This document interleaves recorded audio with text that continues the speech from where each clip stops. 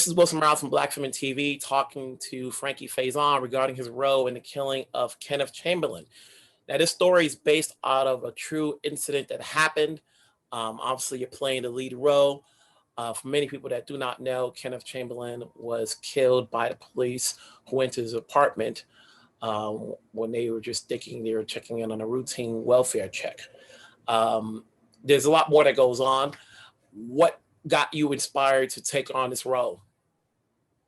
The riveting script that was presented to me. I read it. I mean, I'm a very character-driven actor. I love character and I love story.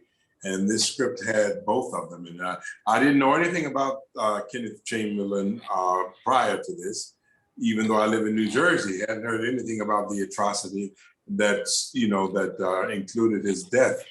But the story was so compelling, and it felt like a story that was universal, that people could benefit from hearing and learning something about.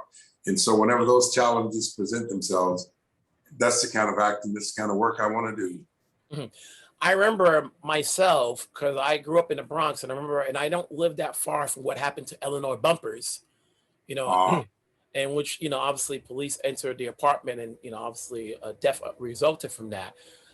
So when you got on this story, what did you, outside of the script, did you talk to the family members to get an insight as to how Mr. Chamberlain was? No, not a word. I put my trust completely in the writer, David Midell, and the script that he presented. And I didn't want to be influenced by anything because I didn't want to do a reenactment per se. I wanted to do a story. I wanted to do a script. I wanted to do something that was presented to me. And I trusted my writer and director, who is both David Midell, to have done their work as far as bringing, getting that information. And then I just went with it. As an actor, I really I love writers, and you have to be able to trust them.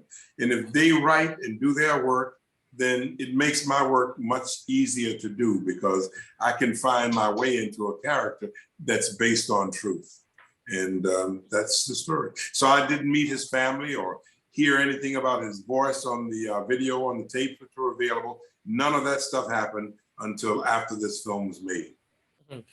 Once the film was made, did you talk to the families or hear the tapes? And what were your thoughts on that? Well, absolutely. I talked to the families, and they were just overcome with excitement about their fathers, brothers, uncles, friends' story being portrayed, and in such a, and they thought it was done very well. They said often reminded them of their father, the spirit that came through me from acting out this story. It spilled over, and they felt that they really saw their father, uncle, and they were just very complimentary, very flattering. And when I heard his voice and the things on video, I mean, it shot an eeriness through me because I think that there are certain universal sounds of joy, sounds of anger, sounds of happiness, disappointment. They're universal sounds. And no matter who makes those sounds, in certain occasions, situations, they're gonna all sound very familiar or similar. Mm-hmm. And so I just, and I heard him when I heard his tape, I said, wow, that's too close to real what was going on through me. So, mm-hmm. And as an actor, this felt like a one-man performance. It's like a play where you don't necessarily need to have the cops there. You just hear about what's going on. But for you as an actor, having worked all of these years between comedy and drama, what did this do for you? You've been in the game for a long time, but I always feel actors are always learning. What does this do for you when you're on 100% of the script as opposed to coming in and doing your sides? Well, it's something that and I consider myself a character actor, any actor dreams to have come his way. I mean, I welcome the challenge. I embrace the challenge because I really feel that I'm a complete actor and I can meet the challenge of sustaining a character from beginning to middle to end. And this is certainly the first opportunity that I've had, you know, in film to actually take that journey. And like I said, I'm always saying when I see great performances and great in film or something, I'm saying, you know, if you get the right role and you mess it up, it's on you. Because if you get the right role, the right material, with the right, surrounded by the right people, you should soar. And anyone should soar. They should fly. So I was so happy to be able to get the opportunity to show what I can do if I was given the opportunity in a situation like that. You know, and going back to this movie deals with a lot. You know, this movie deals with mental health. This deals with racism. This deals with police brutality. You know, and an assortment of things that people can look for as to procedures and how things are done, and you know, humanity. You know, like what is the right thing? You know, and you know, I read right after I saw this movie, I said, what was the outcome? And I saw how, you know, for the last 10 years, or basically up to recently, things are still ongoing with this case. You know, Yeah. never quite resolved because, you know, no matter what the ruling was, it's been overturned, it's been looked at, you know, and we hear these stories. You know, we see these things happening, whether you live in New York, whether you live in Texas, or anywhere outside of the country. There's a story similar to this. You know, this is just one that's being shown to a wider audiences because it's on screen. You know, what do you make of these stories, and is there an audience for this? I, you know, like, yeah, I'm sure yourself and many others, just about everyone, these stories they're very painful. They're very painful to absorb. They're very painful to witness and see and know that these things, and like you say, this is just one story. There are so many other Kenneth Chamberlain stories that we don't know anything about. I haven't heard anything about. The one thing that's different in this story, in this situation, as far as I'm concerned, is the audience gets a chance to see the victim and what's going on with the victim and through his head in his last couple of hours of life. Usually we see, you know, just more from the perspective of the law enforcement. Somebody shot, you know, an officer shot someone 10 times and they're dead. And then you come back and you hear the community say, you know, he was a good man, he was this. But in this film, you actually get to see in real time what's going on through this man's head as he is about to meet his maker, so to speak. And it's, to me, that's why this film is so important and is so needed, because you humanize, you really make this man, you know, you see he's got a life, he's got family, he's got friends, he's got fears, you see his apartment, you see him, you see what's going on. And to me, to have the opportunity to portray that and share that with the public it was a joy and an honor for me. You know, and going back to your career, you know, because of the fact that, you know, you yourself, you're a character actor, but I always say, I try to describe it as, you know, here's an actor who's get prominent roles. You know, when they know you, that means you had a prominent role. You know, that's what I like to call it. I don't like to say lead, supporting, because, you know, that has its own like number, and people start looking, where are you on the call sheet? So no, he has a prominent role. You know, when they recognize you from a certain project, that means you had a prominent role because you made an impact. You know, especially now with the gazillions of shows that we have and films, whether you're streaming or going to the theater. That being said, what makes you say yes to the projects you take?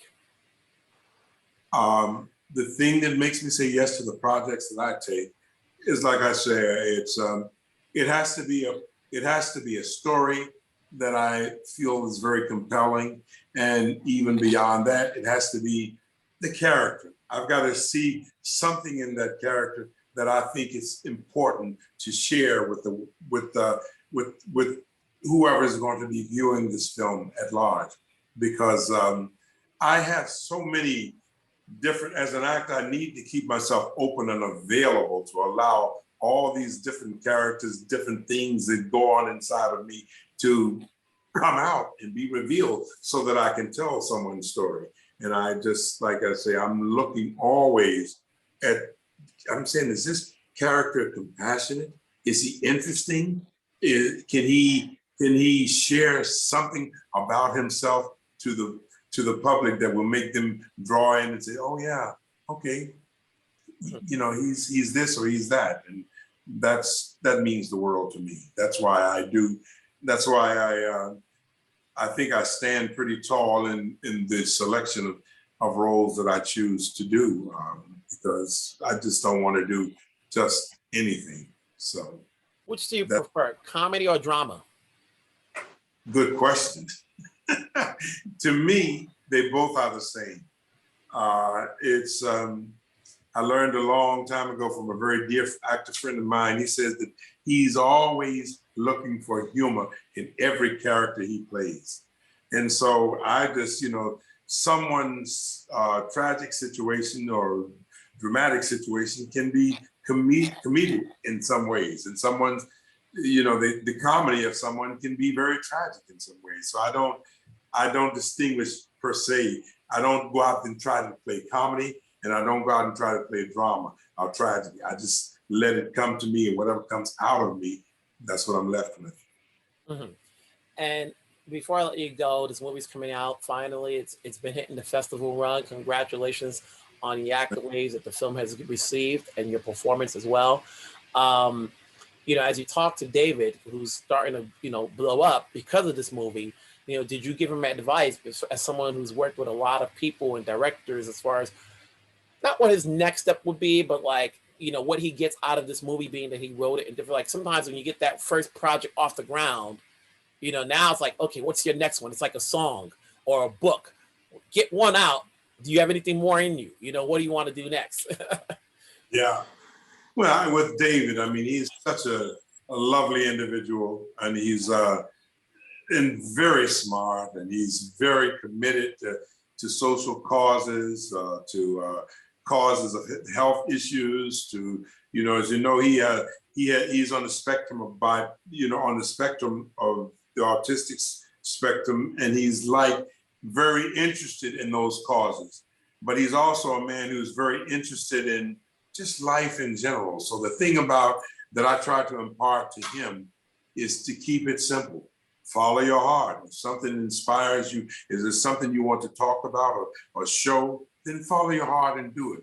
And don't, of course, I don't even have to tell him not to get caught up or have a big head about his success in this film, because he's not that kind of individual. So I try to lead by example. I say, look, just, you know, because he's always saying, thank you, Frankie, for coming to my film and doing it. You did such a great job, and you did me such a great favor. And I said, David, you did me such a great job, a great honor to have written this and to have considered me for it and to have invited me in to do it. So that's, you know, you lead by example in that way. And I think that he's going to be tremendous. He's going to be great. He's going to be good. Mm-hmm. So whatever he does next, look for it, because I think you'll find it to be very, very interesting in a good way. Mr. Faison, it's been a pleasure speaking with you. Obviously, we're going to get this out so that people know about this movie and they know about your performance. As always, you know, we're going to always be here to support you because you're always working. A brother knows how to keep a job. Get a job, keep a job, stay at a job. So keep doing your thing. Have yourself a great day. We'll talk down the road. Oh, thanks for the conversation. It's been lovely. Take care. Cheers. Bye. Bye-bye.